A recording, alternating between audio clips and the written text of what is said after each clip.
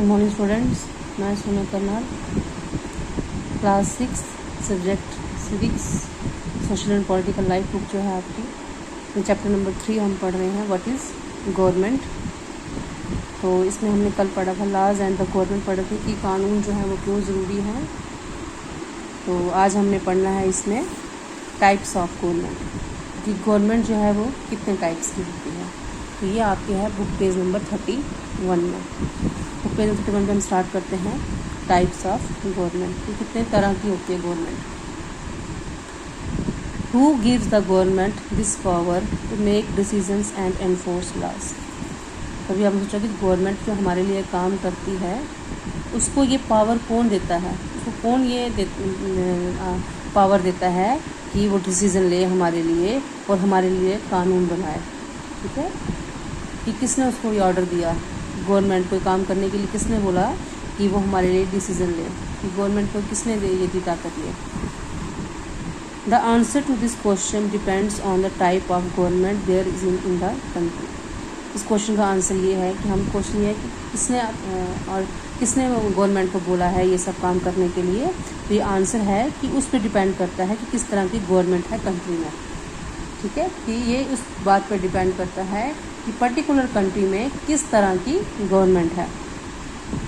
In a democracy it is the people who give the government this power. Democracy में democracy क्या होता है कि पीपल को हक होता है, आम जनता को हक है, लोगों को हक होता है अपनी गवर्नमेंट को चुनने का थ्रू वोट्स।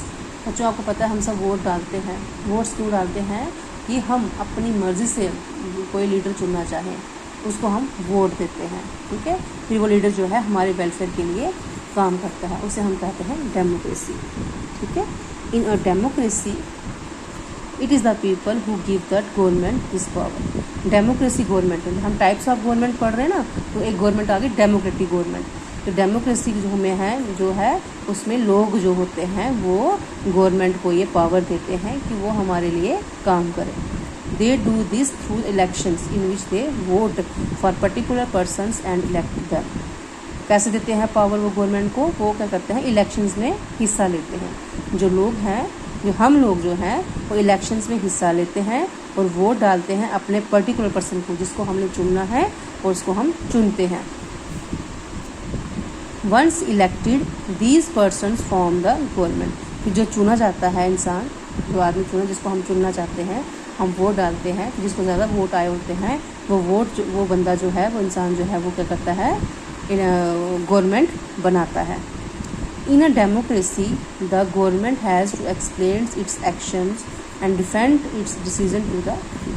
डेमोक्रेसी में क्या होता है, जो गवर्नमेंट होती है उसको बताना पड़ता है पब्लिक को कि हम क्या करने वाले हैं। ठीक है, हम क्या करने वाले हैं और हम कौन से डिसीज़न लेने वाले हैं। ठीक है, क्योंकि जो गवर्नमेंट है वो पब्लिक ने ही बनाई होती है, हम लोगों ने ही बनाई होती है अपने वोट से, खुद हमने उनको चुना होता है अपने वेलफेयर के लिए। तो इसलिए गवर्नमेंट को जो भी कोई डिसीजन लेना होता है, कोई भी काम करना होता है, तो उसको लोगों को बताना होता है कि वो क्या करने वाले हैं। ये तो होगी एक democratic government, type of government पढ़ रहे हैं ना। एक होगी डेमोक्रेटिक गवर्नमेंट जिसको कि पब्लिक चुनती है लोगों के द्वारा। एक होती है मोनार्क। ठीक है, फर्स्ट आपकी आ गई डेमोक्रेटिक गवर्नमेंट,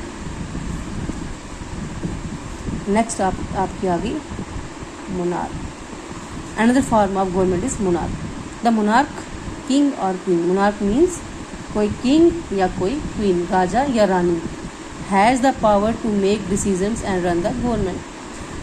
देखिए डेमोक्रेटिक गवर्नमेंट क्या है, पब्लिक को हक है, लोगों को, आम जनता को, आम लोगों को हक है डिसीजन लेने का। आम जनता को हक है, वो गवर्नमेंट बनाती है, वोट देती है, फिर वो गवर्नमेंट लोगों को बताती है हम क्या कर रहे हैं। लेकिन जो मोनार्क गवर्नमेंट होती है उसमें क्या होता है, राजा और रानी जो होते हैं वो खुद डिसीजन लेते हैं, वो पब्लिक से नहीं पूछते हैं। The monarch has the power to make the decision and run the government. इसमें राजा या रानी को पावर दी जाती है कि आप अपनी मर्जी से कोई भी डिसीजन ले सकते हैं। The monarch may have a small group of people to discuss matters with, but the final decision making power remains with the monarch. इसमें क्या होता है, मोनार्क में कुछ लोगों को इन्वॉल्व किया जाता है, कुछ लोगों से डिसीजन लिया जाता है कि क्या करना चाहिए, लेकिन जो फाइनल डिसीजन है वो कौन लेता है, मोनार्क, राजा या मोनार्क होता है राजा या रानी। जो राजा या रानी है वही डिसीजन ले सकते हैं और कोई नहीं ले सकता। Unlike in a democracy, kings and queens do not have to explain their actions और defend the decisions they take. हमने पढ़ा डेमोक्रेसी में कि जो गवर्नमेंट है उसको पब्लिक को बोलना पड़ता है कि हमने क्या डिसीज़न लिया है और हम क्या करने वाले हैं, लेकिन जो मोनार्क गवर्नमेंट होती है, जो किंग और क्वीन चुनते हैं, वो ये सब नहीं बताते हैं, ठीक है। वो पब्लिक को नहीं बताते हैं कि हम क्या करने वाले हैं और हमने क्या डिसीज़न लिया है। डेमोक्रेटिक गवर्नमेंट्स, ठीक है। अब हम पढ़ेंगे डेमोक्रेटिक गवर्नमेंट्स के बारे में। हमने पढ़े 2 types of governments. India is a democracy, India में क्या है, डेमोक्रेसी है। लोगों को पूरा हक है कि वो अपने व्यूज़ दे सकते हैं, अपनी किसी भी इलेक्शन में पार्टिसिपेट कर सकते हैं, कोई भी गवर्नमेंट का काम चल रहा है उसमें वो इंटरफेयर कर सकते हैं, ये है democracy. This achievement is the result of a long and event struggle of the Indian people. ये डेमोक्रेसी तब मिली, लोगों को इस चीज़ के लिए लड़ना पड़ा। पहले लोगों को हक नहीं था, औरतों को हक नहीं था इलेक्शन में पार्टिसिपेट करने का, लेकिन बाद में लोगों ने इसके लिए लड़ाई लड़ी। There are other places in the world where people have also struggled to have democracies. बहुत सारे वर्ल्ड में पार्ट हैं, लोगों ने डेमोक्रेसी के लिए लड़ाई लड़ी है, अपने हक के लिए लड़ाइयाँ लड़ी हैं। You know that the main feature of the democracy is that the people have the power to elect their leaders. Democracy का सबसे बड़ी पावर ये है कि लोगों को, आम जनता को हक है कि वो अपना लीडर जो है वो खुद चुन सकते हैं। So in a sense democracy is the rule by the people. सीधे इसका मतलब है, जो डेमोक्रेसी का मतलब है कि जो सरकार है वो कौन चलाता है, वो पीपल चलाते हैं, लोग चलाते हैं, क्योंकि उन्होंने ही अपने लीडर चुने होते हैं, उनको उनके वेलफेयर के लिए काम करना होता है।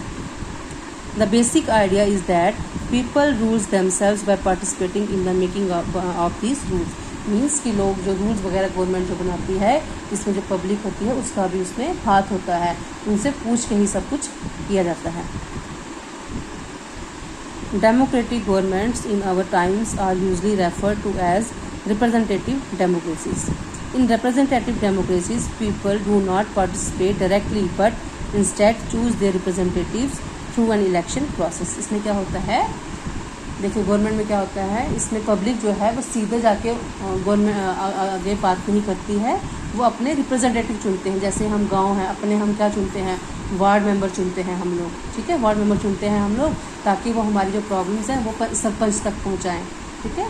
जो वार्ड मेंबर हैं वो हमारी जो शिकायतें हैं, जो हमारी नीड्स हैं, वो सरपंच तक पहुंचाते हैं। सरपंच जो हैं वो फिर जो उनसे बड़े होते हैं वो उन तक पहुंचाते हैं, तो इससे हमारी जो बातें हैं वो आगे तक पहुंचती हैं। मीन्स हम अपने रिप्रेजेंटेटिव चुनते हैं ताकि हम अपनी बात को आगे पहुंचा सकें। These representatives meet and make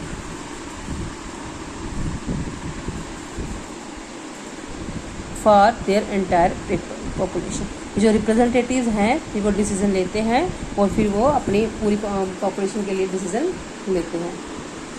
These days a government cannot call itself democratic unless it allows what is known as universal adult franchise.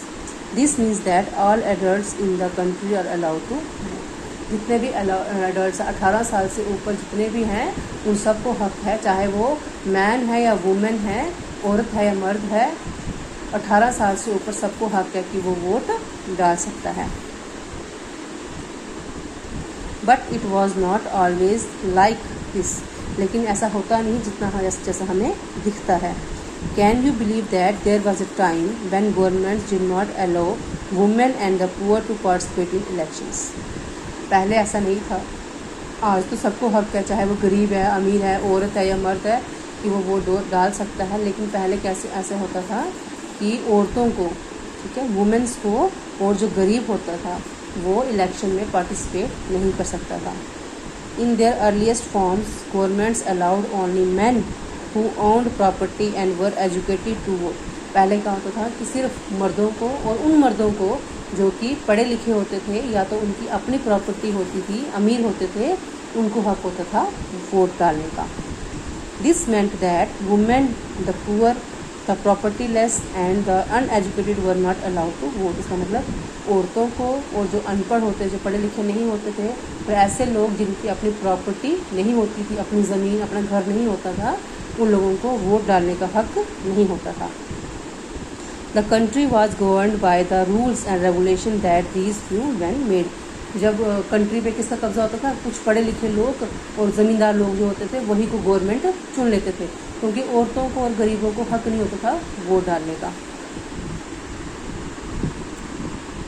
In India before independence only a small minority was allowed to vote and they therefore came together to determine the fate of the majority. India में आज़ादी से पहले क्या था, कुछ लोगों को ही allowed होता था वोट डालने के लिए। हमने पढ़ा ना कि जो पढ़े लिखे होते थे या जिनकी अपनी ज़मीनें होती थी, अमीर होते थे, उनको हक होता था, लेकिन लोगों ने इसके लिए लड़ा, एक साथ होकर लड़ा। Several people including Gandhi ji were shocked at the unfairness of this practice and demanded that all adults have the right to vote. This is known as universal adult franchise. जब गांधी जी ने ये चीज़ देखी कि लोगों के साथ भेदभाव किया जाता है, लोगों के साथ इनइक्वालिटी की जाती है, लोगों को हक नहीं है सबको वोट डालने का, तो गांधी जी ने इसके लिए लड़ा और डिमांड रखी कि जो भी 18 साल से ऊपर होगा, अडल्ट होगा, जवान होगा, उसको हक है वोट डालने का। तो इसे कहते हैं यूनिवर्सल एडल्ट फ्रेंचाइज, मीन्स जो भी एडल्ट है उसको हक है वोट डालने का। आज इतना ही। तो आज हमने पढ़ा types of government. Types of government में हमने पढ़ा आज डेमोक्रेटिक गवर्नमेंट। तो कल मैं आपको इसका आगे रीडिंग करवाऊँगी, कल हम इसको ख़त्म करेंगे, कल मैं आपको इसको कंप्लीट करवाऊँगी। Thank you.